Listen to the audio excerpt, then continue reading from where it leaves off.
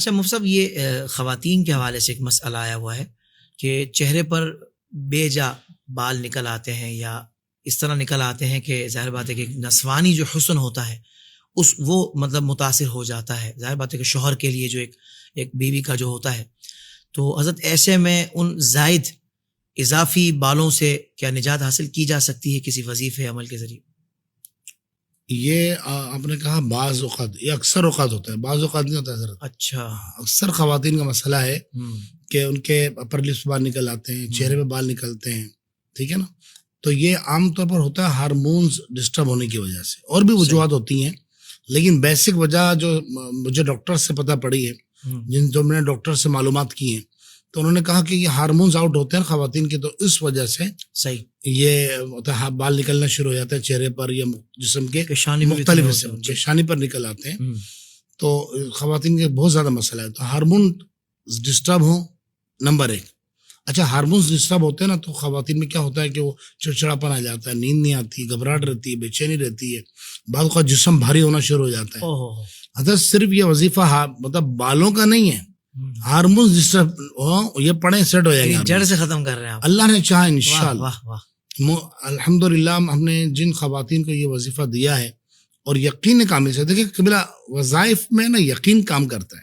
سبحان اللہ. وہ کیا تھا کہ حضور تیر دیتے تھے حضرت سعد کو، کہتے تھے اے سعد چلاؤ، میرے ماں باپ تم پہ قربان. اللہ اکبر. تو یقینی تھا نا. وہ کیا تھا کہ رسول اللہ نے ایک شاخ توڑی اور شاخ توڑ کر صحابہ کو دی، ہاتھ پھیرا، روشن ہو گئی، ٹیوب لائٹ کی طرح وہ روشن ہو گئی. وہ یقینی تھا نا صحابہ کا. اب صحابہ ایک مقام پر پہنچے تو وہاں دیکھا کہ اب وہ دونوں کے راستے جدا تھے. رات تھی نا، اندھیری رات تھی، بارش ہو رہی تھی، دونوں کے راستے جدا تھے. تو اب صحابہ کا عقیدہ دیکھیں، ان کا یقین دیکھیں کہ رسول اللہ نے جس چیز کو روشن کیا ہے نا، اس میں یہ صلاحیت پیدا ہو جاتی ہے، وہ دوسروں کو بھی روشن کر سکتی ہے. سبحان اللہ، سبحان اللہ. کیا بات، کیا پیاری بات ہے. یہ صحابہ کا عقیدہ تھا. واہ واہ واہ. تو اب صحابہ جب جدا ہونے لگے تو ایک اور دوسری جگہ سے شاخ توڑی، اس سے ٹچ کی تو وہ بھی روشن ہو گئی. اللہ. تو سب وظائف میں یقین کامل، سبحان اللہ، کہ میرا رب مجھے شفا دے گا. یہاں ایک جملہ میں بھی حضرت ایڈ کرنا چاہتا بالکل ہوں بالکل کہ صحابہ کرام اس ٹہنی کو جس کو حضور نبی پاک صلی اللہ علیہ وسلم نے عطا فرمایا، جس ٹہنی کو حضور سے نسبت ہو گئی، اس کے بارے میں صحابہ کا یہ یقین تھا. اور وہ صحابہ کے جو حضور کا دیدار کر کے صحابی بنے ہوں، ان کے بارے میں کوئی بات کرے، کوئی بکواس کرے، تو آپ سوچیں کہ اس بندے کا معیار، اس بندے کا لیول کیا ہوتا ہے پھر. اللہ اکبر، اللہ سبحان اللہ. وظیفہ بتانے سے پہلے ایک بات میں کہنا چاہوں گا، یقین کامل ہو. دوسرا، جب وظیفہ پڑھے نا، توجہ بہت زیادہ ضروری ہے. یہ بھی ہم اب آپ ٹی وی اسکرین پر آپ کی نگاہ اور آپ پڑھ رہے ہیں نہیں، ٹھیک ہے، بتو ادھر ادھر دیکھ رہے ہیں، پھر آپ پڑھ رہے ہیں، موبائل چلا رہے ہیں، آپ پڑھ رہے ہیں.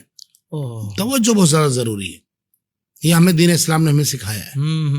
نماز سے پہلے سنتیں رکھی گئی، فرض سے پہلے، تاکہ مکمل توجہ ہو جائے. کیا بات کہی، واہ واہ، سبحان اللہ. تو اس لیے جب بھی وظیفہ پڑھیں تو بہت زیادہ توجہ، بالکل یقین کامل سے. میرا انداز یہ ہے کہ میں جب وظیفہ پڑھتا ہوں، گاڑی چلانے کے علاوہ، گاڑی چلاتے ہوئے اکثر پڑھتا ہوں، لیکن جب وظیفہ پڑھتا ہوں تو آنکھ بند کر لیتا ہوں تاکہ توجہ رہے، یکسوئی رہے. خیر، تو یہ سورہ بنی اسرائیل کی آیت پڑھنی ہے. کوشش کریں کہ باوضو ہو کے پڑھیں.